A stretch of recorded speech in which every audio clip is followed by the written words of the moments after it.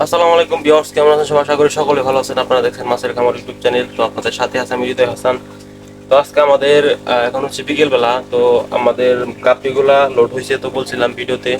তো এখন ব্রিডিং বক্সে কেমন করে বসাই, আমরা মাছ কেমন করে বিট করাই, তো সেই বিষয়ে বিস্তারিত আলোচনা করবো এবং দেখাবো কিভাবে করে আমরা বিট করাই, কেমন করে আমাদের পার্পেল ড্রাগন আর হচ্ছে আরটিপিএস কে আমরা ব্রিডিং এ বসাবো। তো চলেন শুরু করা যাক আজকে আমাদের ভিডিও। তো আমাদের এই হচ্ছে আমাদের পার্পেল ড্রাগনের হাউসটা। আর হচ্ছে আমাদের এখানে মূলত আমরা ছোট ক্যারেটের মধ্যে কাগজ লাগাইছি। আর হচ্ছে আমাদের এই যে রাখছেন একটা প্লাস্টিকের ঝুড়ি, এটার মধ্যে আমরা মা বাবা রাখবো, আর মা রাখবো খালি, বাবা না। আর হচ্ছে এখানে বাহিরে গাপি মাছ তো বাচ্চাদের, পার্পেল ড্রাগনও বাচ্চা অনেক খায় ফেলছে, এখানে বাচ্চা কিছু দিয়ে গেছিল, তো আমি দেখাইতে পারি নাই। তো অনেকগুলা মাছ, এই দেখেন এই যে বাচ্চা ঘুরতেছে, বাচ্চা অনেকগুলা খাইয়া ফেলছে অলরেডি। তো তার জন্যই আমাদের আজকে এই প্রসেসটা করা। তো এখানে একটি আর একটা রেডি করা হয়েছে, এখানে আমাদের আরটিপিটা বসাবো। তো আরটিপি মোটামুটি অনেকগুলাই লোড হয়েছে, তো বসিয়ে রাখবো, যদি বাচ্চা হয় তাহলে আর খাইতে পারবে না। তো তার জন্য ব্রিডিং বক্সে বসাইলাম। এ দেখেন কেমন হয়েছে সেট আপটা। আর এটা হচ্ছে লালটা দিয়ে বানাইছি। এখানে আমাদের বেডটাগুলো রাখা আছে, ওটা বিষয়ে পরে বলবো নি। এখন হচ্ছে আমাদের সেট আপ করা শেষ। তখন আমরা বাইসা বাইসা সুন্দর করে যেটা ফিমেল লোড আছে ওইটা আপনার হচ্ছে এখানে বসাই দেব। তো ধরি আগে, ধরে তারপর বাকিটুকু দেখাবো নি।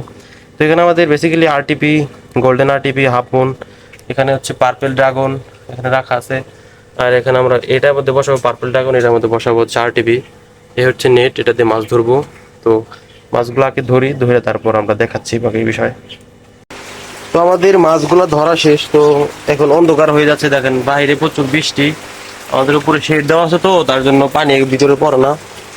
তো এখন অন্ধকার হয়ে যাচ্ছে, তার জন্য ওই ভিডিওটা করে শেষ করে ফেলি। আমাদের এখান থেকে আরটিপি তোলা হয়েছে মোটামুটি 6 পিস ফিমেল। হ্যাঁ, 6 পিস ফিমেল তোলা হয়েছে। আর হচ্ছে না না না সরি, 6 পিস।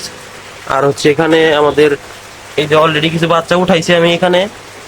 আর এখানে কয়টা ফিমেল, 3 6 7টা, 7টা হচ্ছে আপনার হচ্ছে পার্পেল ড্রাগনের ফিমেল উঠানো হয়েছে আমাদের এখানে।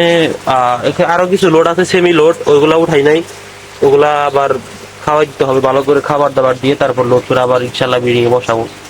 তো এই হচ্ছে আমাদের আপনার ব্রিডিং সেট আপ। আমরা গাপ্পি মাছ মূলত এভাবে ব্রিড করি। তা সেক্ষেত্রে হয় কি, আপনার বাচ্চা সবগুলাই রাখা যায়। এখানে পার্পেল ড্রাগন একটা বাচ্চা দিছিল অনেক, কিন্তু সবাই মিলে খায় ফেলে, একটা করে বাচ্চা ছাড়ে আর সবাই মিলে ধরে ধরে খায় ফেলে।